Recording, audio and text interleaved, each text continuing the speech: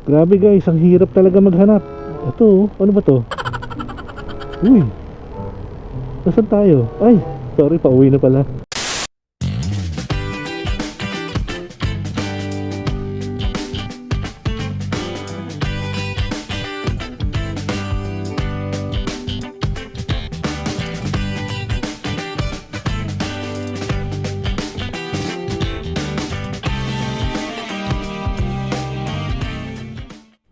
Ito na yung pasot.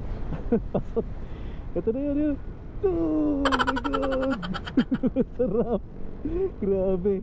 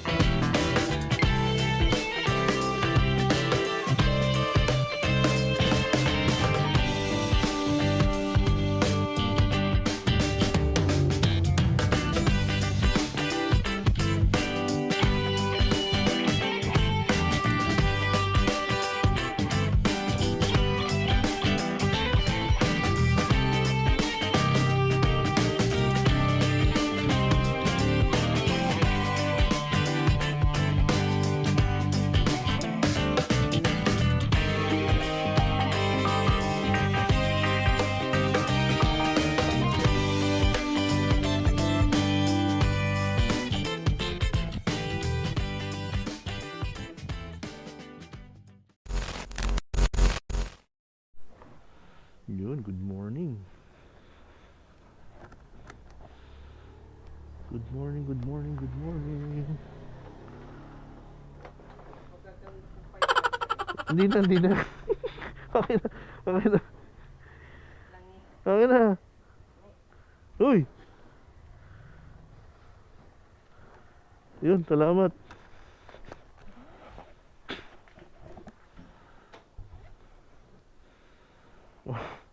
Hindi natin alam kung saan tayo pupunta ngayon. Wala tayong plano. Alright. Ganda ng riding jacket ko ngayon. Astig. Okay, malapit lang tayo guys. Ano na eh, 9 o'clock na. Pag-isipan natin kung saan tayo. Alright. Ganda ng ano ko, yung aking suot na riding riding jacket. Mas suitable to guys sa ano, mas suitable talaga na mag riding jacket kayo. Alright, good morning. Good morning guys. Saturday na naman, ride day na naman, rides day. Alright. Woo! Sarap. Sarap talaga magmotor guys. Ayun oh guys, good morning. I'm back with a vengeance. Okay, ang sarap ng araw ngayon guys. So, ang ganda ng araw. Today is rides day, sabi nga nila. Rides plural, hindi singular. Anyway, yun nga, ride day ngayon, tong Saturday na to, dahil bukas is pahinga. So malapit lang tayo guys. At ine-edit pa natin yung iba pang mga nakapile up na mga video. Hopefully makapag-upload tayo this week. Kailangan na, dahil matatambakan tayo. Kailangan meron tayong upload, hindi pwedeng wala. Okay.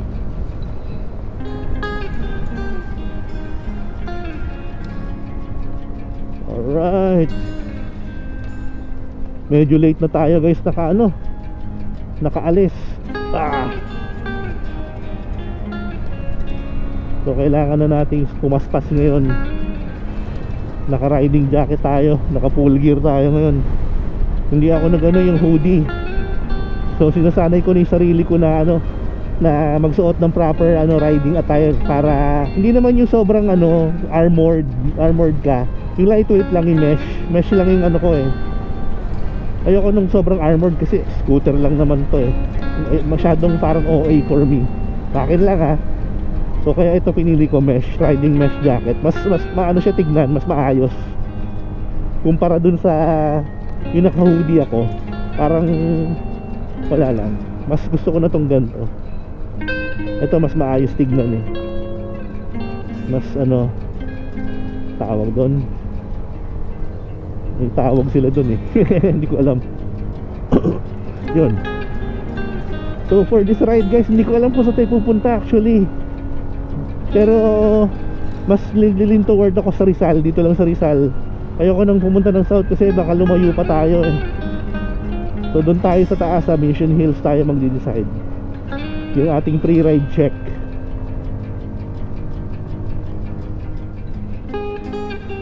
Alright. Saturday.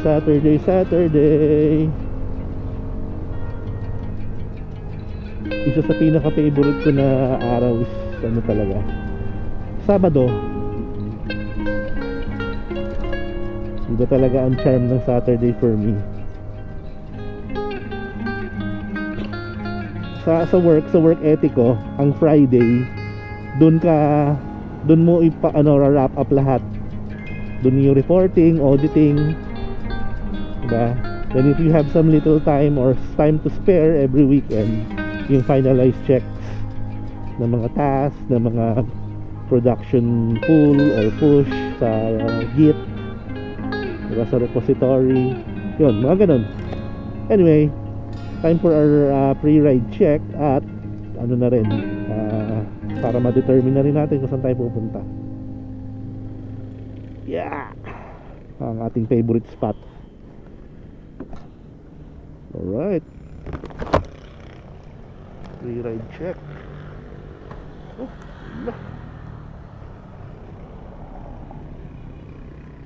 tigas pa oh. Dito yung medyo dihado ako eh. Tigas pa. Tigas pa boy. Bango ah. Amoy Amoy Aglio. How come running to feel again? Winter, spring, summer or fall, all you got to do is come. You got a friend. A friend in need is a friend indeed.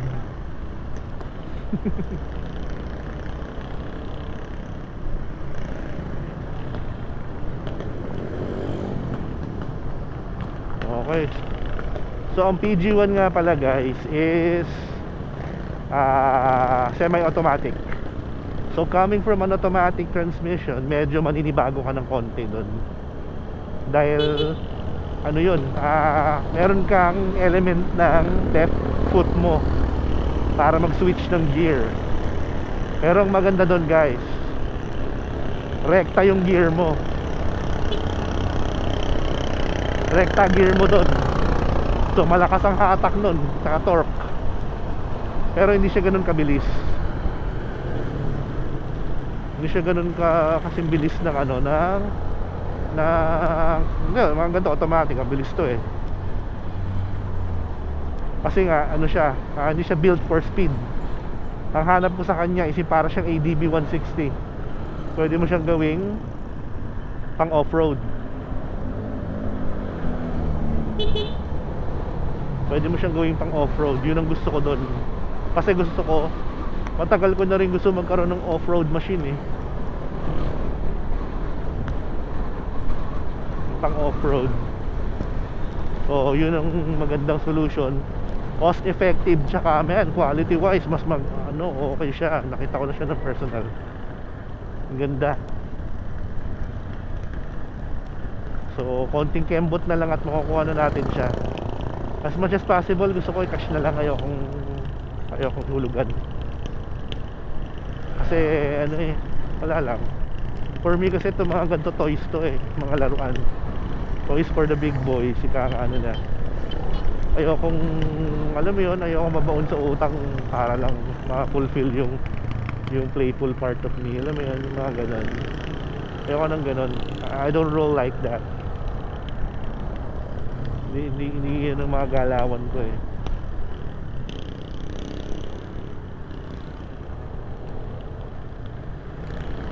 So yung ating ang ating philosophy is cash mo na lang kung kaya. Kung hindi, pag-ipunan. Delayed gratification siya. Malay mo may ilabas na PG2, diba? Hindi natin alam. So for now, parang delayed gratification muna. Okay pa naman ako kay Boris eh. Kumbaga parang ko lang siya, fancy ko lang siya. I just fancy the PG1. Pero kung kaya mo naman kunin, why not, diba? Tsaka Yamaha yun, dude. Ano yun, quality machine. Ba't nga pala nakabukas yung aking visor?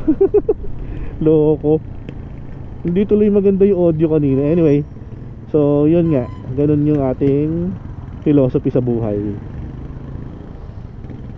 Yun yung philosophy ko sa buhay. Kung hindi kaya, paghintay, pag-isipan, diba? At mag-contemplate kung kailangan mo ba talaga.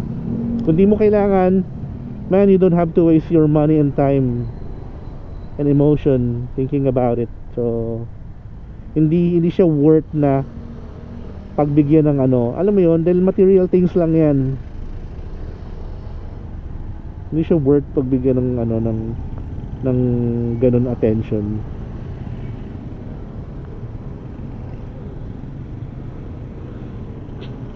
Okay,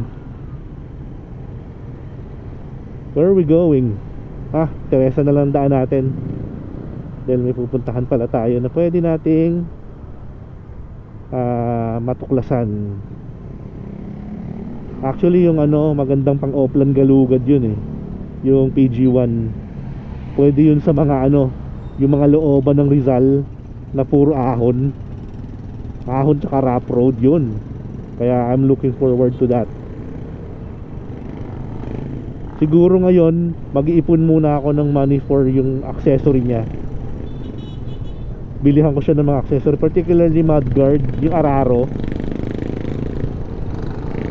Yung araro niya sa ilalim para maprotektahan yung pipe tsaka yung engine. So yun, kailangan yun. Tapos yung carrier sa likod. Importante yun na may carrier tayo sa likod dahil wala siyang U-box.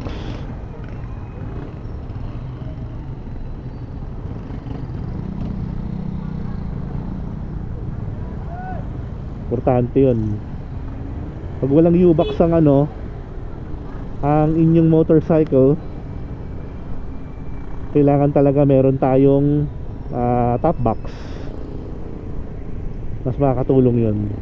Ang daming magagandang setup ang PG1 online.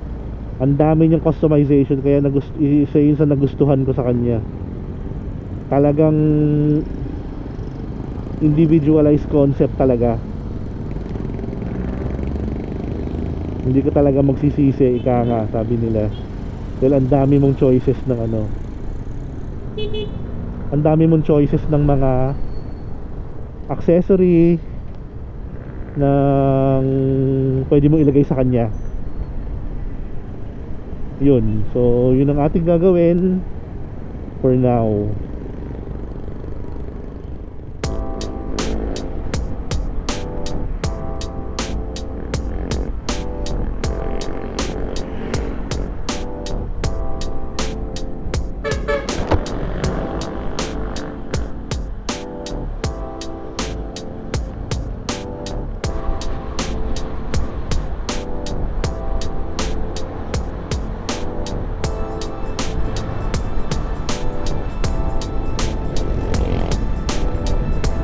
sarap ng mesh jacket guys.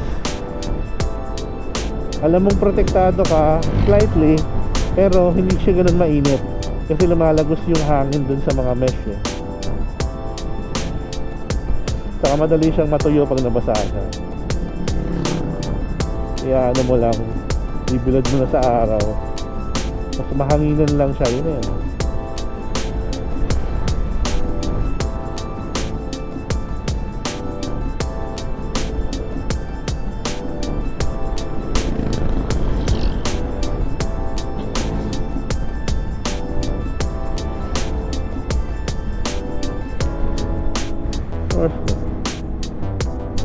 Oh, 9 na, magte-10 na. Kailangan natin mag-breakfast. Jollibee na lang tayo guys. One eternity later. Okay guys, nakakain na tayo dito sa Chowking. Saan to? Baras? Intersection to na papunta ng Pililya eh. So malamang Pililya na rin siya.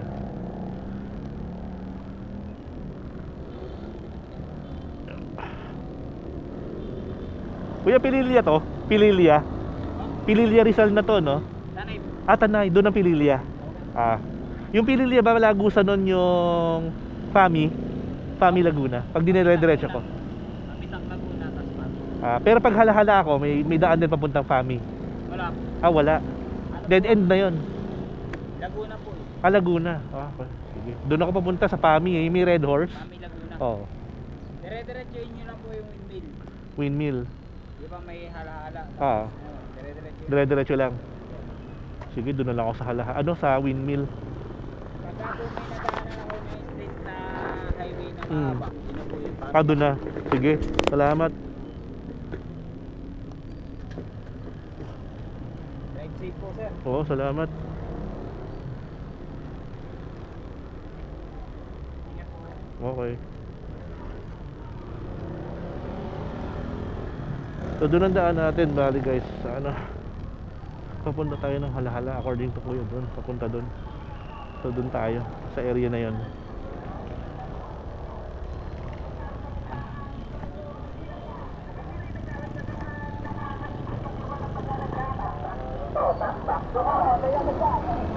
Dito tayo.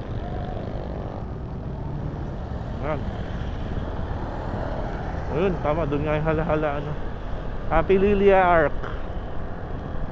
Ayun, grabe ang init ngayon guys. Kung medyo hindi kayo sanay sa init, itong init na to ngayon ang the best. Ito yung init na masarap mag-ride eh.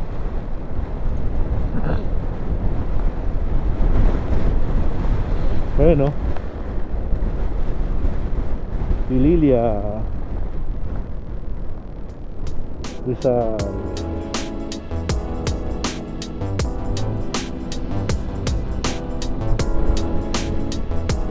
Ganda no.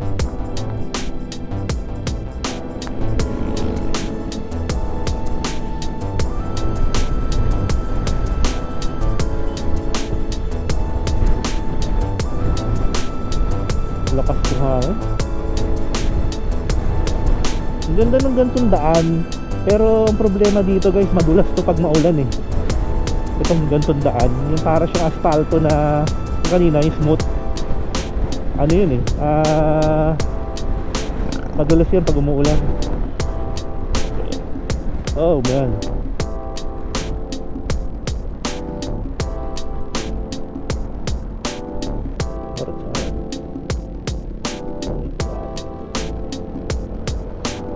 Damn.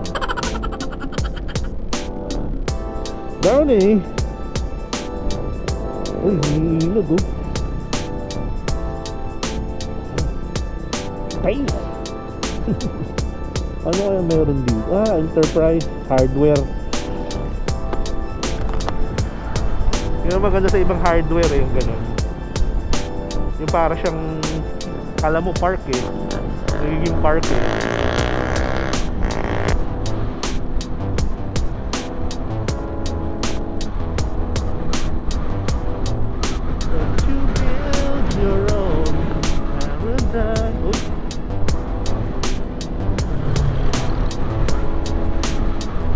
akong ano dun CB150X. Pero syempre hindi yun ang kukunin natin. Ang kukunin muna natin yung semi-automatic muna guys, kasi as much as I would love to, medyo kapos ako sa budget eh. Kung mag CB150X ako, mahal siya eh, mga nasa 145 to 150. Mga ganun ang presyo niya. Wala pa akong ganung money, but I can assure na kaya ko ang Yamaha PG1. Saka wala siyang katulad guys yung PG1. Wala siyang katulad. Wala kang katulad. Wala nang hihigit pa sa'yo.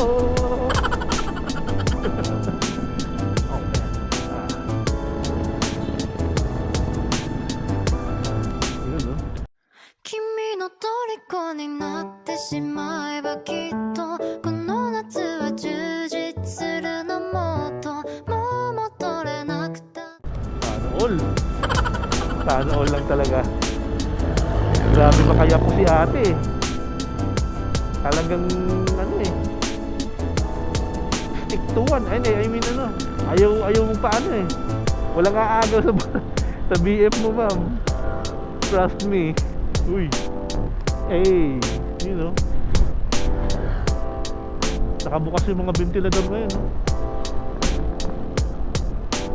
Hey.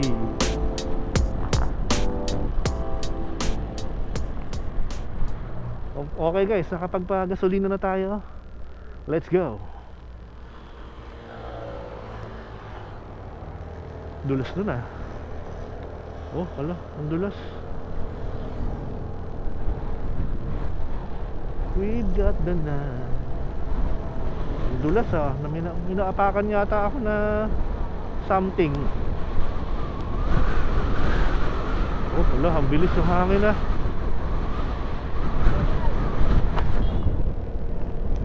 Okay. Pilili tayo. Base sa statistics, pilili po tayo guys. Pero parang gusto ko maghala-hala talaga. Hala-hala na lang tayo. Hala-hala tayo, hala-hala. Hala-hala, slow down. Oh.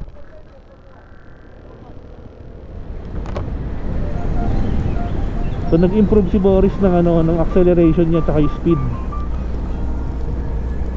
Yung hatak niya at yung speed nung nagpalit ako ng bola. Partner lang talaga yan ng magandang yun, yung maintenance mo tsaka yung bola, clutch spring tsaka yung center spring na 1,000, both 1,000. Tapos yung yung bola ko 15 grams all throughout, lahat yun 15. So gumaang siya from 20 to 15. Kumbaga dama mo yung niya, yung hatak niya yun ang maganda dito kay Boris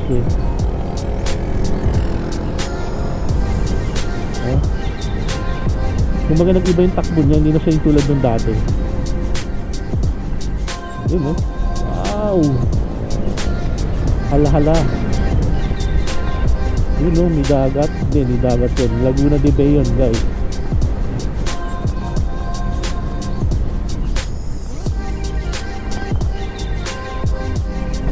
Putak na. Lalim nun ah.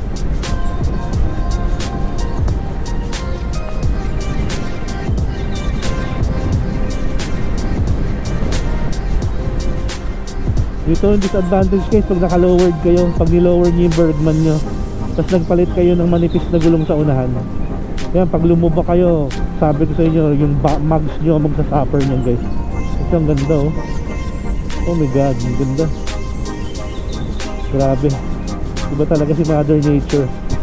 Hey, Mother Nature. Ito na yung pasot. Ito na yun. Oh my god. Sarap. Grabe. Pasot ang puta.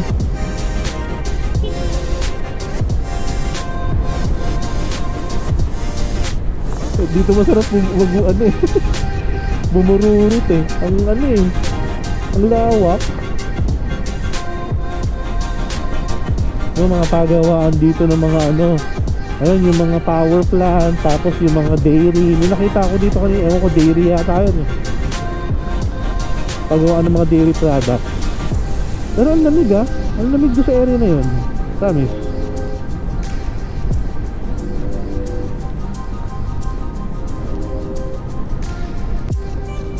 Baba naman.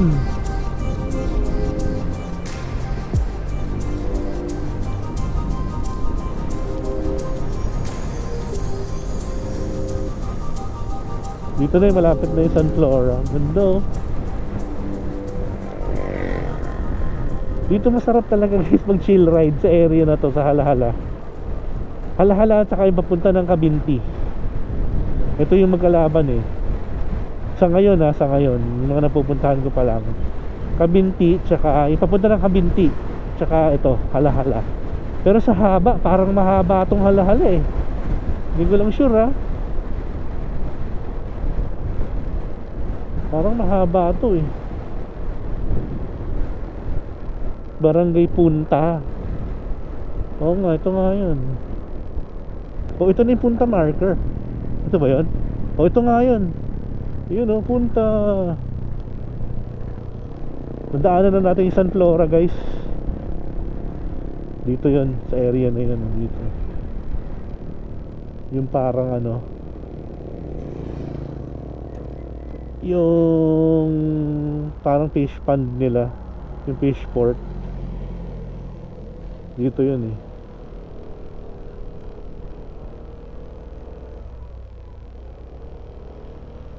Yung pinaka fish port nila. Hindi ko lang alam kung saan yun sa dulo. Alam ko dulo yun eh, yung fish port nila.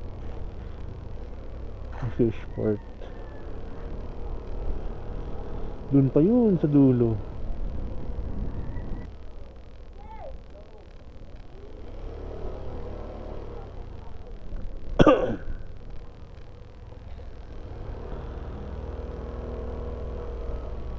Yung dulo nun, alam ko ano yun eh. Fishport siya. Yung pinakadulo niya. Itong area na to, itong barangay na to, malapit to doon sa mismong ilog, sa mismong bay. So, tiyak dito, yung karamihan mga ano nila dito, mga livelihood nila dito. More on sa ano, pangingisda siguro, or pag ano, pamamalakaya. Ganoon naman usually. Ganoon naman usually pag yung malapit ka sa body of water. Yun din halos ang ano mo, livelihood nyo. Alam ko may dadaanan kang tulay dito eh. Para siyang tulay na maliit. Yun yung naalala ko nun eh. Para siyang tulay na maliit. Dito lang yung malapit. Ngayon o, doon sa area na yun. Si Whitey oh. Whitey. Bawal dito ang open pipe, I suppose. Medyo ano dito eh.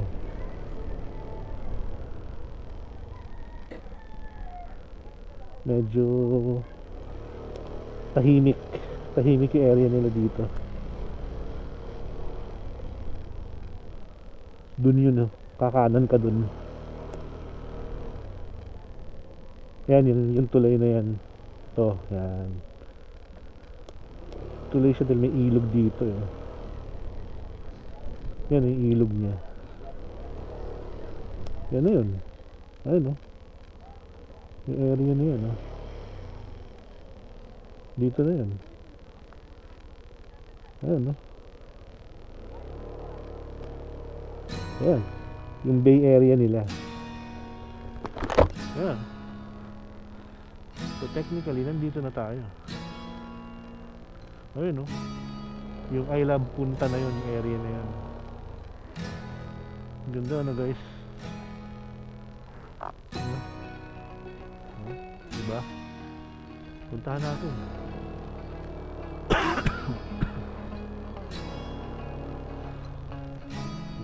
No? I Love Punta. Pag Sabado yata wala sila dito ano eh. Wala yata sila parang ano dito pag Saturday. Operations or something. Morning po. Oh, tayo. Pwede ko yung sumarado dito. Ayun. Walang simangot. Come in. Oh, sarap sana mag-drone dito guys oh. Nice. Oh.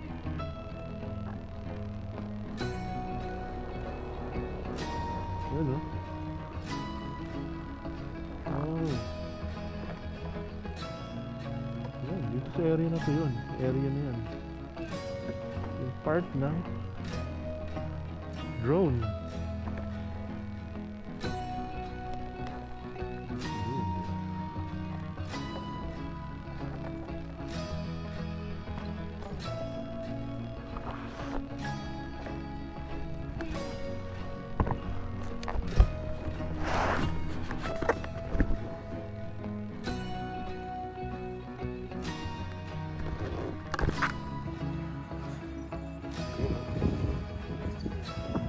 Punta Fishport guys. Ayan siya. Hawak.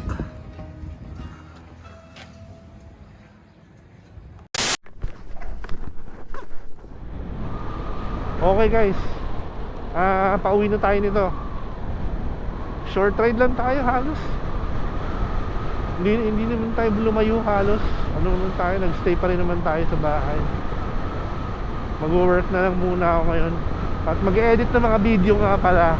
Mag-edit ng video dahil ang dami kong backlog guys, grabe. Pero mamaya sisiguraduhin ko ma-upload yun ngayon hanggang bukas.